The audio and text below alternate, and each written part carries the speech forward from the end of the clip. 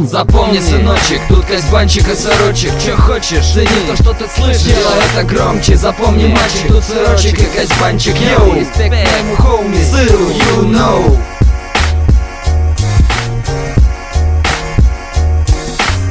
Anybody.